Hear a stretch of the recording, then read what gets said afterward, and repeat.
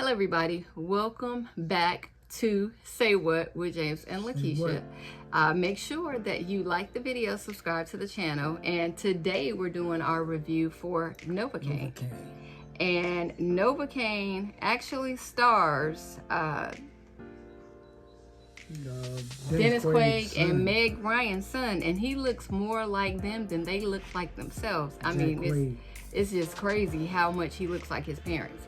But I actually didn't really want to go see Novocaine because it was kind of long. So when that night we had the option to go see Novocaine and something else, and we chose that other movie because it was a little bit shorter. I can't even remember the name of the movie now. But we have a Nathan Caine, who is a mild... Black Bag. Did we go see? Yeah, we did go see Black Bag. Nathan Caine, who is a mild-mannered introvert. And he has CIPA, which is congenital insensitivity to pain with androsis, and he's working as an assistant manager at a trust credit union in San Diego. So basically we have Nathan Caine, who is just like, to himself, he is not interacting with any of his other co-workers, and that is because he cannot tell, like, when he's hurt.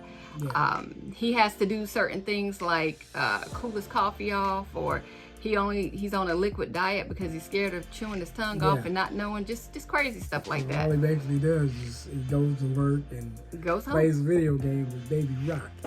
My man, Baby Rock. And so, but he has a crazy, he loves, or what is it? Infatuated with Sherry McGrave, and played by Amber Midthunder. But he is hesitant due to his condition and inexperience with women.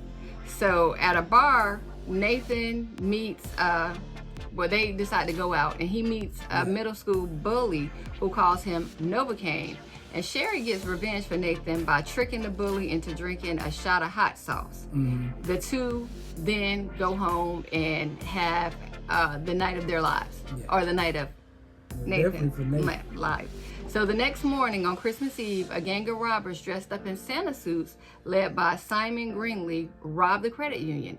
Now Simon, unfortunately, he K-words Nathan's boss, Nigel, and takes Sherry as a hostage. And Nathan impulsively steals a cop car in pursuit of the car in which Sherry is being held. He liked her so much. He loved her and didn't even know her. But he follows the wrong car and ends up in a confrontation with the other robber, Ben Clark. And it's in the restaurant kitchen. And he eventually goes in the fryer, the boiling hot fryer where the gun gets thrown, and picks up the gun and K-words Ben. And I'm like, the whole movie, I'm looking at it like this. This is so gross. Oh my goodness. I know he didn't stick his hand in there. Look how his hand is looking burned all up. This is crazy. But it didn't hurt him because he couldn't feel that. Let's change that up.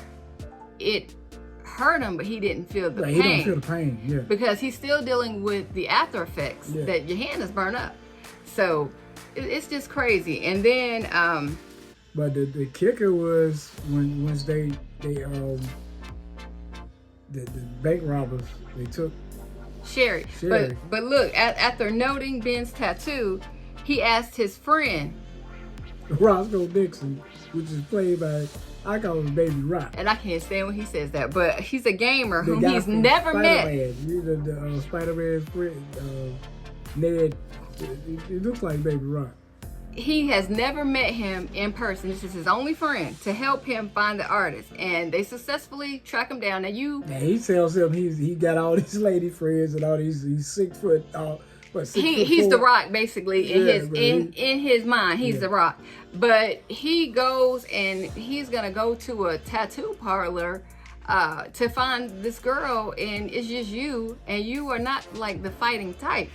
So basically that doesn't go too well. He goes in there, and then he's so what's his, how do you pronounce his last name? And his last name probably was I can't even remember what it is. The artist was starting to think this not right. You say he recommended you, why don't you pronounce it? And so because of his condition, he's able to successfully win. The dude was huge too. He's able to beat him, because if not, he would have been beat to a pulp. And this is a spoiler alert. If you haven't saw this movie, watch it after you've seen it. So basically, he's chasing Sherry, looking for Sherry, trying to find Sherry, in love with Sherry, and the whole time, what is it? This is the twist. So if you haven't seen the movie, brother was the leader of the bank robbers. They were brother and sister. It was set up. She was supposed to be the hostage. She went in there for 6 months. Right. She went in there for 6 months playing this role so that it could be the perfect heist. And it really was, because until he wanted to find him. And so he goes into the guy's house that he K-words, and he booby-trapped it. It's like one of these stories that Mr. Ballin was talking about. And the brother, one of the bank robbers, that was his brother. Yeah, so he went to go check on him. But he booby-trapped his house like a story that Mr. Ballin had told. Yeah, that joke was... And where the guy had a booby trap, when the police went in there, the guy had got killed by his own, or K-worded by his own booby traps. This Joker you couldn't even come in the house.